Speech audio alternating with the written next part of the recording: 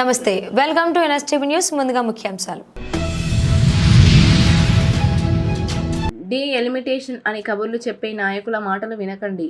2029 ఎన్నికల తర్వాత పునర్విభజన ఉంటుంది. ఎమ్మెల్యే సత్యప్రభే మీ నాయకురాలు. ఎప్పటికీ బలమైన నేత సత్యప్రభ అని మినీ మహానాడులో పేర్కొన్న యనమల ఆమెకి అన్ని విధాలా నాతో పాటు రాష్ట్ర జిల్లా నాయకత్వం అండగా ఉంటుంది. యనమల స్వర్గీయ వరుపుల రాజా మరణం బాధాకరణం. రావడానికి అవకాశం లేదు. ఎలక్షన్ తర్వాతే రావడానికి అవకాశం ఉంది. 2029లో మీ ప్రతిపాదనగా ఉంటుంది, తులుసులాగా ఉంటుంది. మిగతా ఎప్పటికప్పుడు అలాగే ఉంటాయి. అందుకే డెలిమిటేషన్ మీరు బాధపడతారు. అలా డెలిమిటేషన్ పేరు చెప్పి మనం కొంతమంది నాయకులు తయారవడంతో ఉంటారు. ఆ నాయకులు ఉన్న నాయకులుగా ఇవన్నీ కూడా కబుర్లు చెప్తాను చూస్తారు. అటువంటి మీరు మనసులో పెట్టుకోవద్దు. ఉన్న నియోజకవర్గాన్ని కాపాడుకొని మీ ఎమ్మెల్యే గారిని కాపాడుకొని మీరు ఇంకా మీకు ఏం కావాలంటే కావాలి ఎమ్మెల్యే మేము అందరూ ఉంటాం. వాళ్ళకి ఫుల్గా సపోర్ట్ చేస్తాం. ఏ విధమైన ఇబ్బంది లేదు. వరుపుల రాజా చాలా మంచి వ్యక్తి. అంటే పరమ సుబ్బారావు గారు నాతో ఉండేవారు. చాలా మంచి వ్యక్తులు పరిపాలించినటువంటి ఈ ప్రాంతం వరుపుల రాజా అంటే పాపం అనుకోకుండా మరణించాడు. ఎవరు కూడా ఊహించలేదు. అయితే చిన్న వయసులోనే అప్పుడు అతనికి కష్టాలు వచ్చాయి. అయితే ఆయన స్థానంలో అక్కడ సతీమణి ఎమ్మెల్యేగా ఉండడానికి కారణం. అంతేత ఆవిడ కూడా చాలా కష్టపడి పనిచేసింది. ఆవిడకి అన్ని విధాలుగా మీకు సపోర్ట్ ఇవ్వండి. అన్ని విధాలుగా ఆవిడకి మీకు సపోర్ట్ ఇస్తాం. ఆవిడకి అన్ని విధాలుగా మేము కూడా నాయకులు సపోర్ట్ ఇస్తాం. ఆ విధంగా పర్మనెంట్గా ఎమ్మెల్యేగా ఇస్తానికి అవకాశం ఉంటుంది. లాస్ట్లో మీరు చూస్తే రాజకీయ నాయకులుగా ఉంటారు. మాట్లాడచ్చు కానీ ఎవరిని ఏమంటూ మీ పని మీరు చేసుకుంటూ పోతే అందరూ మీ దాంట్లోకి వస్తారు. దాంట్లో ఏం అనుమానం లేదు. మనం ఎంతమందిగా అంటే మనకి శత్రువులు ఉండకూడదు. మనం ఎవరికైనా శత్రువులు ఉండొచ్చు కానీ మనకి శత్రువులు ఉండకూడదు రాజకీయాల్లో. అంతేత ఆ విధంగా కష్టపడి పనిచేస్తున్నటువంటి సత్యప్రభ గారు ఆవిడకి అన్ని విధాలుగా మేము సపోర్ట్గా ఉంటాం. అంటే మొదటి నుంచి కూడా ప్రతిపాడు అదేవిధంగా తుని పాయిపేట ఈ మూడు కలిసి ఉంటాయి. ఇంచుమించు మూడు ఒకలాగే ఉంటాయి. ఇంచుమించు నాకు నేను మధ్యలో ఉన్నాను. అటు ఒకటి ఇటు ఒకటిని అంటే వాళ్ళు చూసుకోవాలి, వీళ్ళు చూసుకోవాలి, మాది చూసుకోవాలి. అందరూ కూడా మొదటి నుంచి కూడా అందరం అన్నదమ్ముల్లో కలిసి ఉన్నాం. ఆ విధంగానే భవిష్యత్తులో కలిసి ఉన్నాం. ఎక్కడ ఎవరికి కష్టాలు వచ్చినప్పుడు కూడా మీ ఎమ్మెల్యే గారు చెప్పండి. మీ ఎమ్మెల్యే గారు వాళ్ళు కాకపోతే నాకు చెప్తే నేను తప్పకుండా మేము కూడా పరిష్కరించడానికి ప్రయత్నాలు చేస్తాను. మీ అందరికీ మనం అన్ని విధాలుగా మీరు అందరూ పార్టీని బలపరచడానికి మీరు పూర్తిగా కృషి చేయండి. నాగర్ కర్నూలు జిల్లా వంగూరు మండలం కొండారెడ్డిపల్లి గ్రామంలో ముఖ్యమంత్రి రేవంత్ రెడ్డి సొంత గ్రామంలో శ్రీ ఆంజనేయ స్వామి ఆలయంలో పూజలో పాల్గొన్న తెలంగాణ ముఖ్యమంత్రి యనమల రేవంత్ రెడ్డి, ఉప ముఖ్యమంత్రి బట్టి విక్రమార్క, స్పీకర్ గడ్డం ప్రసాద్, మంత్రులు, ఎంపీలు, ఎమ్మెల్యేలు, కలెక్టర్, ఎస్పీ, ఆర్డీఓలు, ఎంఆర్ఓలు, ఉద్యోగస్తులు, గ్రామ పెద్దలు, ప్రజలు తదితరులు పాల్గొన్నారు.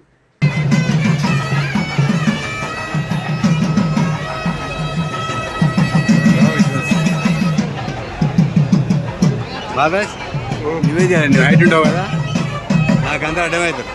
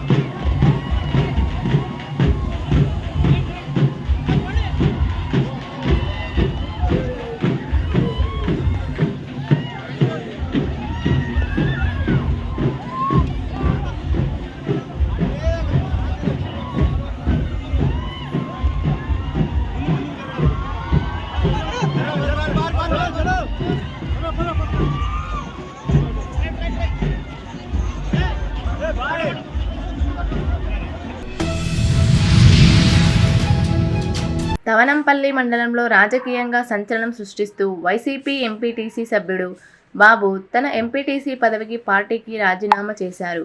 మండల వైస్ ఎంపీపీ ఎన్నికల సందర్భంగా జరిగిన పరిణామాలతో తీవ్ర అసంతృప్తికి లోనైన ఆయన తన రాజీనామా పత్రాన్ని ఎంపీడీఓకు అధికారికంగా సమర్పించారు. ఈ సందర్భంగా తవనంపల్లి ప్రెస్ క్లబ్లో ఏర్పాటు చేసిన మీడియా సమావేశంలో బాబు మాట్లాడుతూ పార్టీ కోసం తాను ఎన్నో సంవత్సరాలు కష్టపడి పనిచేశానని, నిస్వార్థంగా పార్టీకి సేవలు అందించానని గుర్తు చేశారు. అయితే ఈరోజు జరిగిన మండల స్థాయి ఎన్నికలలో బీసీ వర్గానికి అన్యాయం జరిగిందని, పార్టీలో తగిన గుర్తింపు లేకపోవడంతో తాను తీవ్ర నిరాశకు గురయ్యానని వెల్లడించారు. 4 సంవత్సరాల ముందు వైసీపీ రిజర్వేషన్ వస్తే మాకు చేస్తామని చెప్పి ఇప్పుడు అవకాశం వస్తే కూడా బీసీకి న్యాయం చేయలేదని నేను పదవికి రాజీనామా చేస్తూ పార్టీకి రాజీనామా చేస్తున్నాను. నమస్కారంలో ఈరోజు తవనంపల్లి మండల కేంద్రమైన తవనంపల్లి ఎంపీటీసీ సెగ్మెంట్లో ఎంపీటీసీ నేను. మేము గత 5 సంవత్సరాలకు ముందు నుంచి వైసీపీ పదవికి బీసీకి రిజర్వేషన్కు కోరినాము.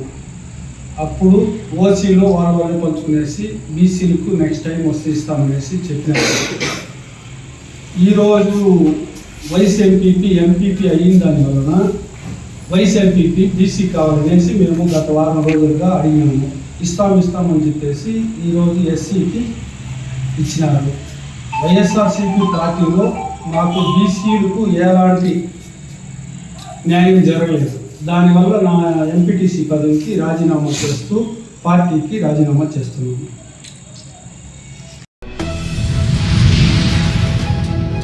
గత 20 సంవత్సరాల నుండి ఎల్లారెడ్డి నియోజకవర్గ పేదలు సొంత ఇంటి కలగానే మిగిలిపోయింది.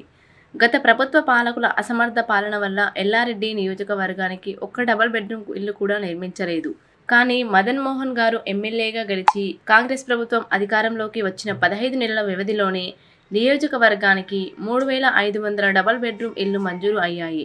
ఇందులో భాగంగా నియోజకవర్గ పరిధిలోని ప్రతి గ్రామంలో పేదవాడు సొంత ఇంటి నిర్మాణానికి భూమి పూజలు జరుగుతున్నాయి. ఇందిరమ్మ ఇండ్ల లబ్ధిదారులు తమకు డబుల్ బెడ్రూమ్ ఇల్లు మంజూరు చేసిన ఎమ్మెల్యే మదన్ మోహన్ గారికి మరియు కాంగ్రెస్ ప్రభుత్వానికి ఆనందంతో కృతజ్ఞతలు తెలుపుతున్నారు.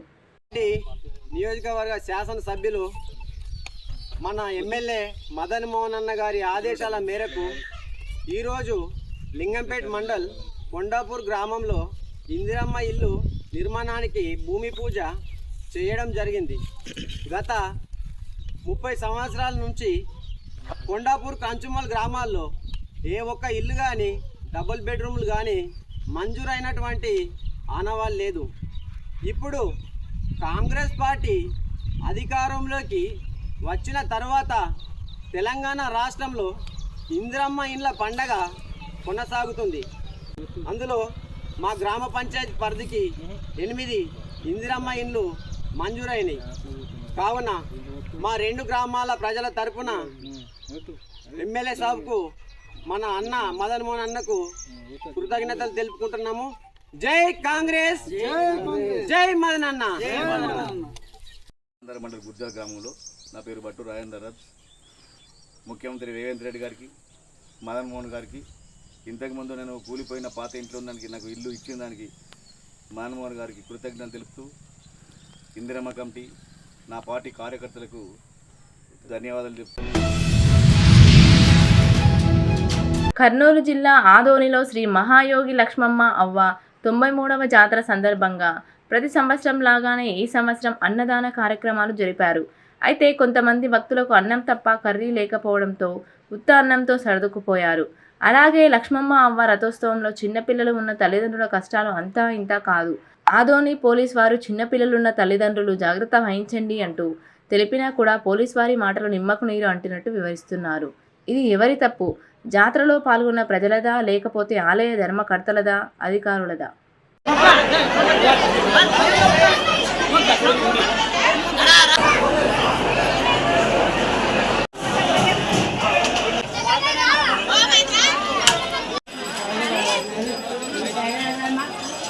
సాంబార్ ఏం లేదా?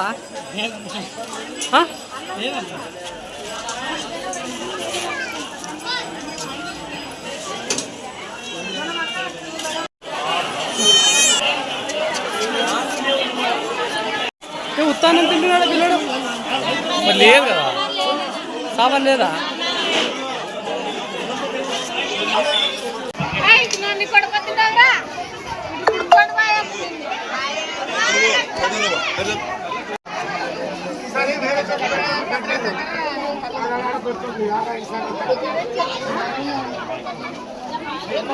ఉత్తానం ఫోన్ చేస్తున్నారు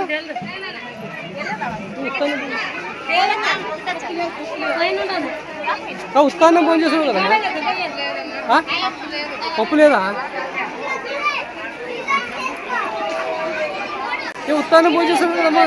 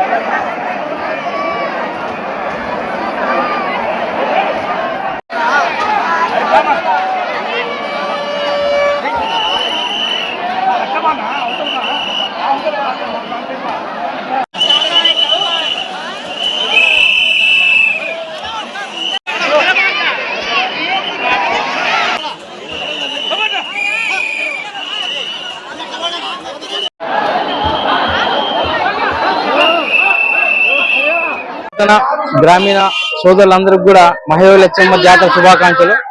ఈరోజు దేవాలయం దగ్గర ఎక్కడ చూసి సెక్యూరిటీ ప్లాన్ చాలా కనిపిస్తా ఉంది. అది దేవాలయం శాఖ నిర్లక్ష్యమో లేకుంటే ఇక ప్రభుత్వం నిర్లక్ష్యం మనకైతే అర్థం కావడం లేదు. చిన్న పిల్లలు సైతం దేవాలయం దగ్గర రావాలంటే వృద్ధులు సైతం పెద్దవాళ్ళు చాలా చుట్టుపక్కల సుమారు లక్షల్లో జనాలు వస్తారు. ఇటువంటి సందర్భంలోన దేవాలయం శాఖ వారు కూడా ఇక్కడ కొన్ని జనాలకు కావాల్సిన సదుపాయాలు కల్పించడం చాలా విఫలమైనట్టుగా మనకు కనిపిస్తా ఉంది. కనిపించేదేమో చాలా మంది వీడియోలు కూడా తీసినారు. చిన్న పిల్లలు పెద్దలు ఎంత ఇబ్బంది పడినారు. కొంతమంది కాలువలో కూడా పడిన సందర్భాలు మనకు కనిపిస్తా ఉన్నాయి. కొంతమంది వీడియోలు కూడా తీసినారు అవన్నీ కూడా. కానీ ఎక్కడ లోపాలు కనిపిస్తా ఉన్నాయి. ఇది ఎందుకంటే ఆదోని పట్టణానికి చాలా పెద్ద జాతర ఇది. చుట్టుపక్కల 41 గ్రామాలు పట్టణంలో ఉన్నటువంటి సుమారు 200 జనాలు అందరూ కూడా దేవాలయంకి వస్తారని తెలిసినా కూడా ఎక్కడ నిర్లక్ష్యం వహిస్తున్నా మనకి అర్థం కావడం లేదు. కాబట్టి దేవాలయానికి వచ్చిన భక్తులందరికీ కూడా సౌకర్యాలు కల్పిస్తేనే భద్రత ఉంటుంది. పెద్దవాళ్ళు వస్తుంటారు, చిన్నపిల్లలు వస్తుంటారు. ఇవన్నీ చాలా వైఫల్యాలు అయితే కనిపిస్తా ఉన్నాయి. ఇంకో డిపార్ట్మెంట్ వారు కూడా మేడం వారు కూడా ఆకతాయిల మీద దృష్టి పెట్టండి, వాళ్ళని కఠినమైన చర్యలు తీసుకున్నాం చెప్పడం కూడా జరిగింది. అది ఎంతవరకు చర్యలు తీసుకున్నా మాకైతే కనిపించడం లేదు. అవే పద్ధతులు అవే పాటిస్తా ఉన్నారు. రాను వస్తా ఉంటే దేవాలయం రావాలంటే కొంతమందికి ఇబ్బందులు పడే పరిస్థితులు కనిపిస్తా ఉంది. కానీ రాబోయే రోజుల్లో కూడా పెద్దలు అందరూ కూడా దీని మీద దృష్టి పెట్టి మహాలక్ష్మి జాతరని పెద్దగా ఎవరికి ప్రజలకు ఇబ్బంది లేకుండా భవిష్యత్తులో చూసుకుంటారని నేను ఆశిస్తా ఉన్నాను. వాల్మీకి నగర్ ఓటవాడ ఎక్స్ కౌన్సిలర్.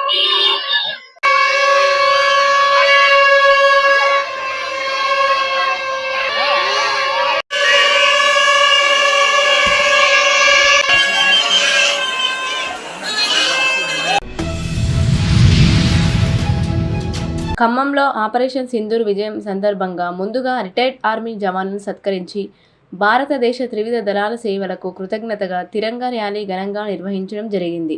ఈ ర్యాలీ ఖమ్మం లకారం ట్యాంక్ బండి నుండి ప్రారంభం కాగా, భారత్ దళాల వెంట మేం ఉంటాం, భారత సైన్యం మనకు గర్వకారణం, సైనికులకు వందనాలు, భారత్ మాతాకి జై, పాకిస్తాన్ డౌన్ డౌన్, ఉగ్రవాదం నశించాలి అంటూ నినాదాలు చేస్తూ సర్దార్ పటేల్ స్టేడియం వరకు కొనసాగగా, ఈ కార్యక్రమంలో కులమతాలకు రాజకీయాలకు అతీతంగా దేశ సమగ్రతను చాటుకుంటూ జాతీయవాదులు, పిల్లలు, పెద్దలు, యువకులు, మహిళలు, రిటైర్డ్ ఆర్మీ ఉద్యోగులు పాల్గొనడం జరిగింది.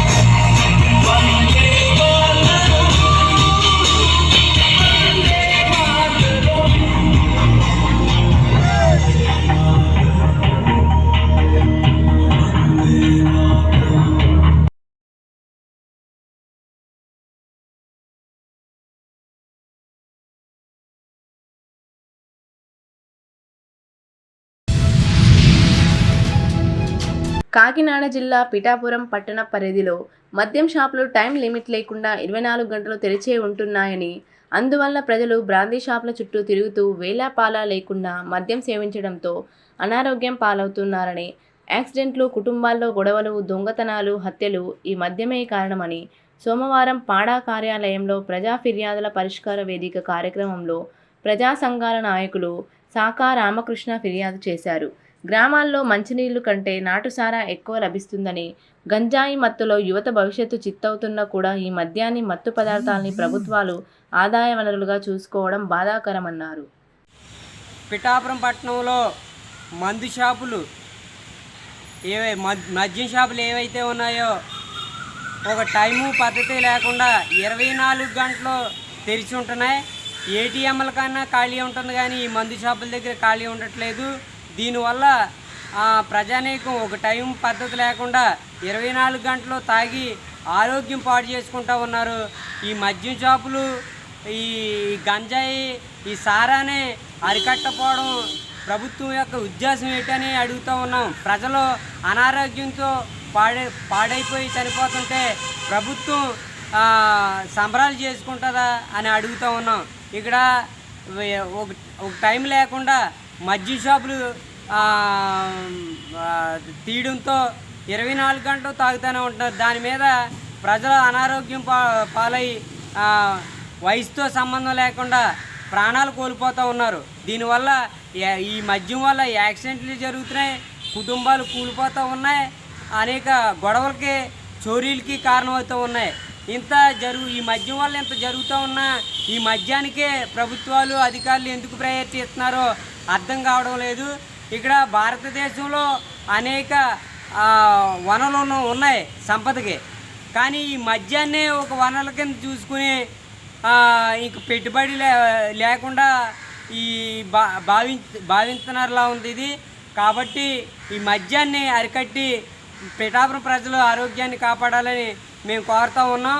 అదేవిధంగా గ్రామాల్లో సారా మంచినీళ్ళు అయితే కరువు ఉంది, కానీ అడుగునా కూడా ఈ సారా ఏరులు అయి పారుతుంది.